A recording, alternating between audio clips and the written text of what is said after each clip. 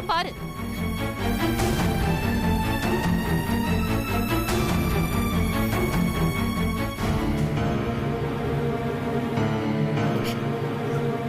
பிரீத்தி, என்னமாச்சு உனக்கு? இல்லம்மா, இந்த டியூப் கழண்டு. ஆமா சம்பந்தி, கழண்டுருச்சு. இதெல்லாம் உண்மைதான். இந்த பிரீத்திக்கு தான் மர கழண்டுருச்சு. சம்பந்தி, என்ன பேசிட்டு இருக்கீங்க? அம்மா, அவர் சொல்றதுல என்னம்மா தப்பு இருக்கு? இவ இல்லாத ஒண்ணு கற்பனை பண்ணிக்கிட்டு எல்லாரையும் டார்ச்சர் பண்ணிட்டு இருக்கா. எதுக்கு பேரு பைத்தியம் தானே?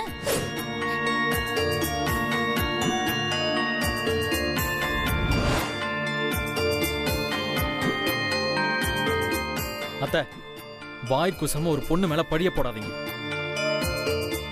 அம்மா சந்திரிகா, அப்படிலாம் பேசாதம்மா. இல்ல, நான் பார்த்தேன். நான் சொல்றது உண்மை. டியூப் கழண்டுதான் இருந்துச்சு. என்ன நம்புங்க.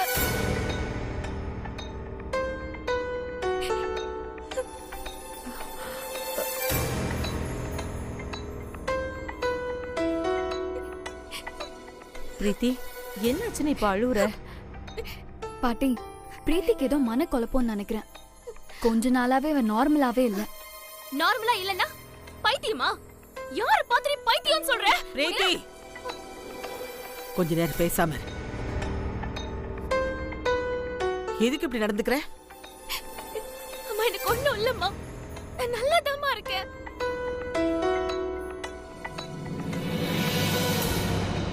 இவளுக்கு ஏதோ ஆய் போச்சுமா. டியூப் தான் கலடவே இல்லையே, பின்ன ஏன் கலண்டுருச்சுன்னு சொல்ற? நான் சொல்றது உண்மை. நீ அப்படி பாத்திருந்தா ஸ்ரீஜா சாம்பிராணி காட்டும் போது வெடிச்சிருக்கும்ல. நான் வந்தப்போ இங்க அந்த மாதிரி எந்த ஸ்மெல்லும் வரலையே. ரொம்ப நேரமா இங்க தானே இருந்தேன்.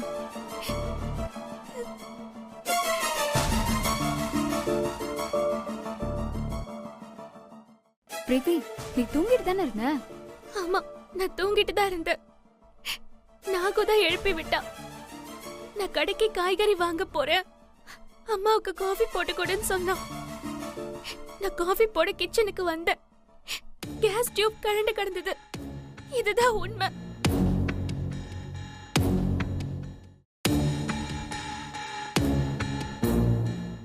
பிரீத்தி, நாகு இன்னும் வீட்டுக்கே வரல. அப்படி அவ வந்திருந்தா வரும்போதே காய்கறி வாங்கிட்டு வந்திருப்பால. உனக்கு தெரியாதா?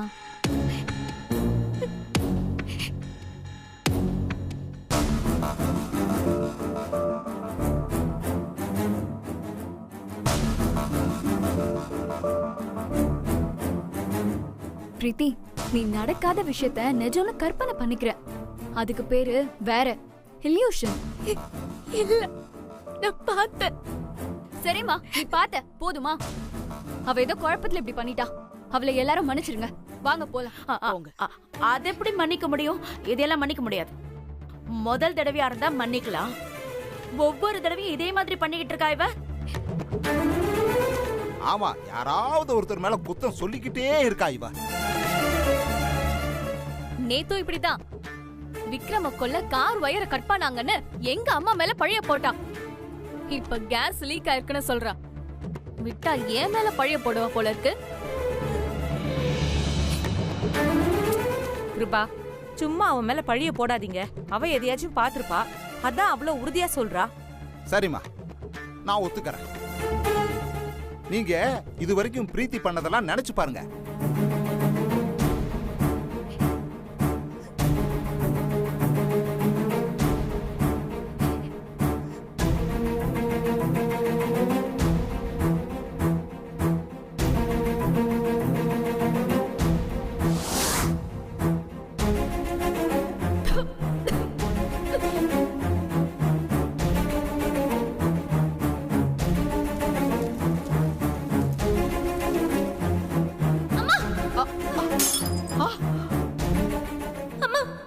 ஸ்ரீஜா உங்களுக்கு ஸ்வீட்ல விஷம் கலந்து வச்சிருக்கான்.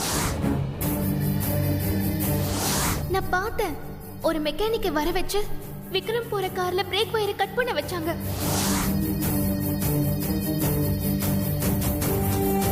நீங்க நல்லா யோசிச்சு பாத்தீங்கன்னா தெரியும். அவ அதிகமா ஸ்ரீஜா மேலதான் பழிய போடுறா. ஏன் தெரியுமா? அவளுக்கு சுத்தமா ஸ்ரீஜாவை பிடிக்கல.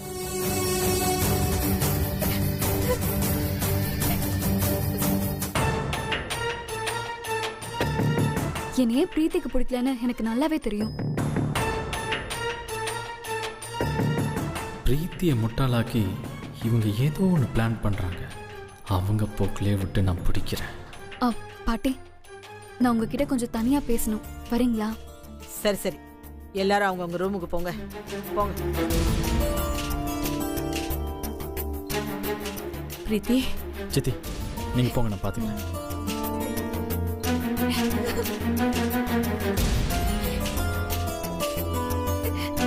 விக்ரம், நான் சொல்றதெல்லாம் உண்மை விக்ரம்.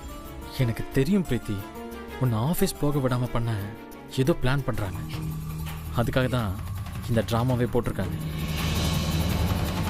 நீ கவலைப்படாத, நான் பார்த்துக்கிறேன். ம், அந்த ஸ்ரீஜா என்ன பிளான் பண்ணாலும் அதை நான் உடச்சி காமிக்கிறேன்.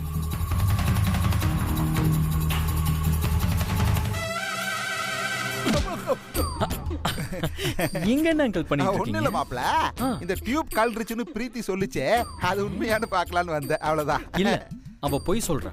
நீங்க சொன்ன மாதிரி அவளுக்கு மரக்கலன்றுச்சு. கொஞ்சம் போறீங்களா? சரி சரி மாப்ள. ப்ளீஸ்.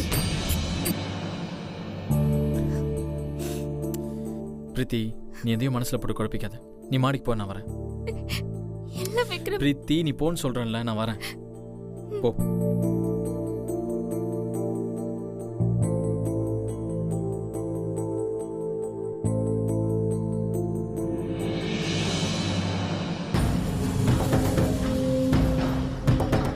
பாட்டி, இந்த பிரீத்தியை பார்த்தா ரொம்ப பாவமா இருக்கு.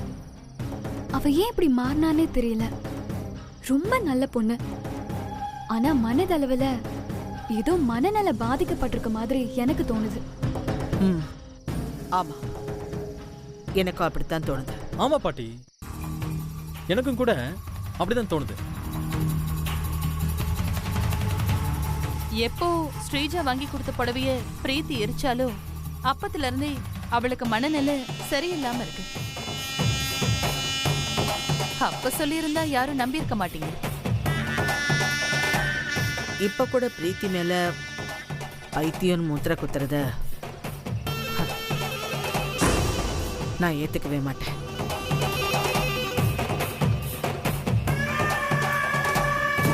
ஸ்ரீஜா சொன்ன மாதிரி அவளுக்கு ஏதோ மனசளவுல பெரிய பாதிப்பு ஏற்பட்டிருக்கு. அது என்னன்னு கண்டுபிடிச்சு சரி பண்ணிட்டா போதும். பிரீத்தி பழைய மாதிரி வந்துருவா. ஆமா பாட்டி, அத பத்தி நேத்து கூட யோசிச்சு பார்த்தேன். இந்த மாதிரி மனநல பாதிக்கப்பட்டிருக்கவங்கள கொல்லிமலைக்கு கூட்டிட்டு போய் மூலிகை வைத்தியம் பண்ணா ஈஸியா சரி பண்ணிடலாம்.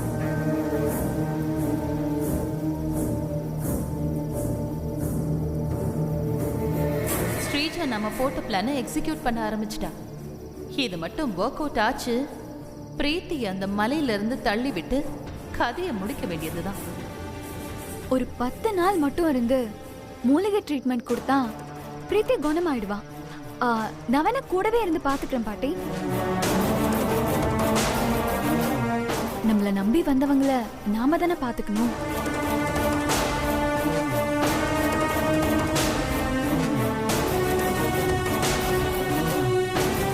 ஓ, இதுதான் உங்க பிளானா? பிரீத்தியை கொல்லிமலைக்கு கூட்டிட்டு போய் முடிச்சு கட்டதான் இந்த நாடகமா? இருங்க இருங்க, நீங்க வைக்கிற ஆப்பையே நான் உங்களுக்கு திருப்பி வைக்கிறேன். பாட்டி, என்ன யோசிச்சுட்டு இருக்கீங்க? எதுவா இருந்தாலும் ஸ்டார்டிங்ல பார்த்தாதான் கியூர் பண்ண முடியும். இல்ல யார் நினைச்சாலும் முடியாது. எனக்கு கூட நீ சொல்றதுதான் சரின்னு படுது.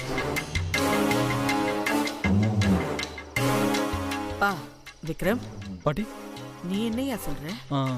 எனக்கும் சரிதான்னு தோணுது பாட்டி.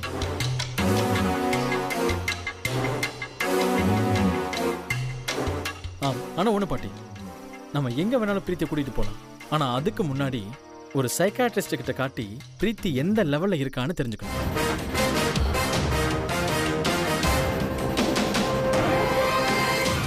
அப்பதானே அதுக்கு தகுந்த மாதிரி கொல்லிமலையா இல்ல இமயமலையான்னு முடிவு பண்ண முடியும்.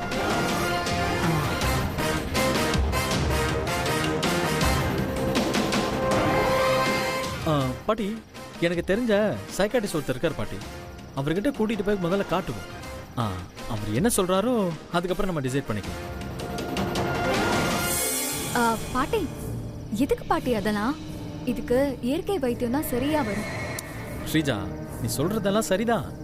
ஆனா எதுக்கு ஒரு சைக்காட்ரிஸ்ட பார்த்து ஒப்பீனியன் கேட்டுப்போமே, அதுல என்ன தப்பு வந்துற போது? ஸ்ரீஜா, விக்ரம் சொல்றது நல்ல யோசனை தான். விக்ரம், டாக்டர் கிட்ட உடனே அப்பாயின்மெண்ட் வாங்கப்பா. இதோ பேசுறேன் பாட்டி. சரி.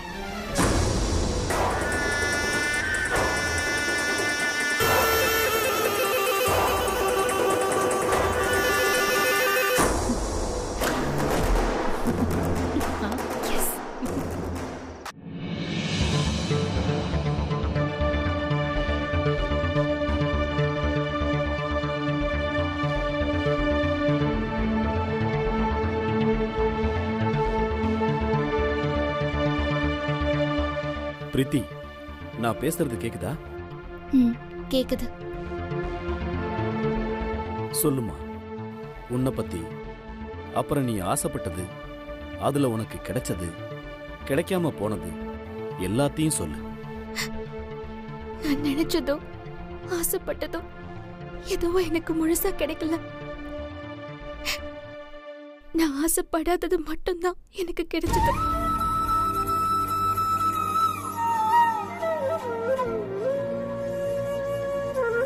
நீ ஆசைப்படாத விஷயம்னா என்னம்மா? வெறுப்பு, அடி, துன்பம், போலியான பாசம், இது மட்டும்தான் என் வாழ்க்கையில அதிகமா கிடைச்சது.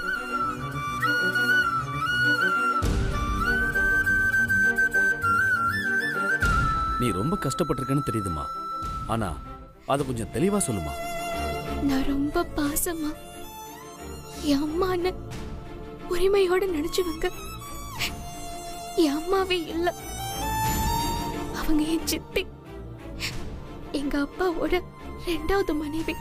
நான் பிறந்த உடனே எங்க அம்மா இறந்துட்டாங்க. ஆனா அது எனக்கு தெரியவே தெரியாது. என் சித்தி என்கிட்ட நடந்துக்கிறத வச்சுதான் நான் அவங்க புள்ள இல்லைங்கிற விஷயமே அப்பதான் எனக்கு தெரிஞ்சது. அதுவும் 10 வயசுலதான் தெரிஞ்சது. அப்பதான் கொஞ்சம் கொஞ்சமா எல்லா விஷயமும் எனக்கு புரிய ஆரம்பிச்சது.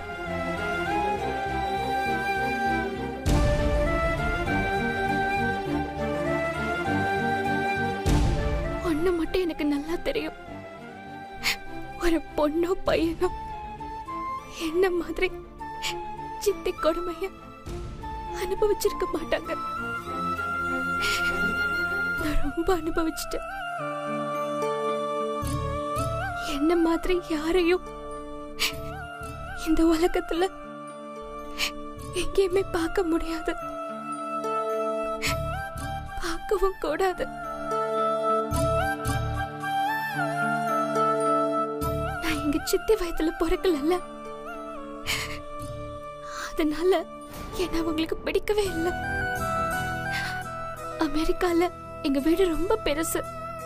எனக்கு தேவைக்கு அதிகமான வசதியும் வாய்ப்பும் இருக்கு. ஆனா நான் சந்தோஷமா சிரிச்சதே இல்லை. எல்லாம் இருந்தும் சித்தி கொடுமைய தினம் தினம் நான் அனுபவிச்சுட்டு இருந்தேன். ஒரு நாள் ஒரு பொழுது கூட நாங்க நிம்மதியா இருந்ததில்ல. ஒரு நரக வாழ்க்கையதான் நாங்க வாழ்ந்துட்டு இருந்தோம்.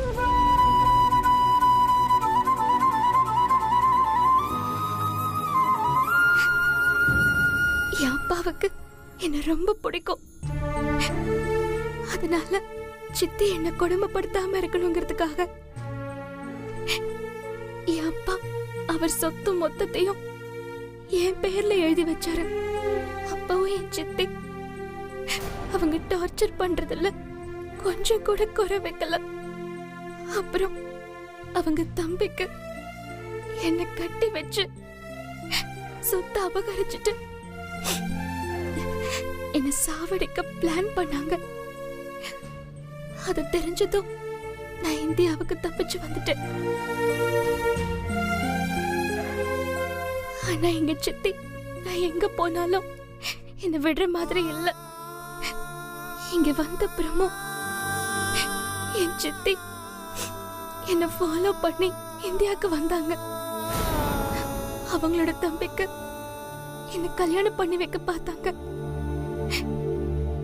நல்ல வேளை தெய்வம் அஞ்சனா தேவி மரூபத்துல வந்து என்ன எங்க சித்தி கிட்ட இருந்து காப்பாத்திடுச்சு.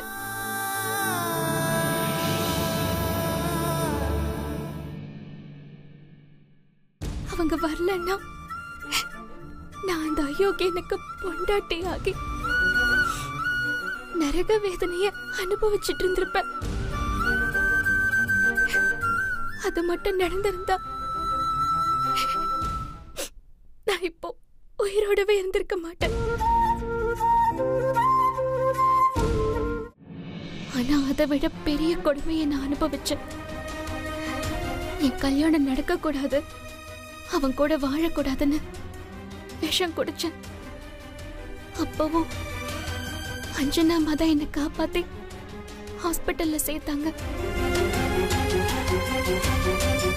நான் ஹாஸ்பிட்டல்ல இருந்தப்போ எனக்கு ஆபரேஷன் பண்ணணும்னு சொல்லி எனக்காக கையெழுத்து போட டாக்டர் கேட்டாரு. யாருமே கையெழுத்து போட வரல. என் அப்பா கூட வரல. அப்போ எனக்காக கையெழுத்து போட்டு ரிஸ்க் எடுத்தது அஞ்சனா அம்மா தான். அவங்க தான் என்னை காப்பாத்தினாங்க.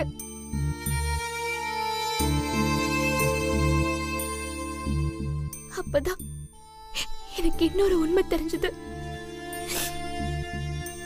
என்னோட அப்பா என் அப்பாவே இல்ல.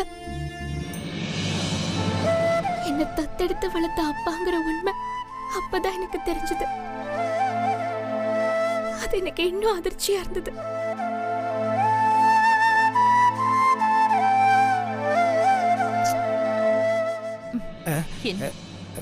பாவம் பிரீத்தி.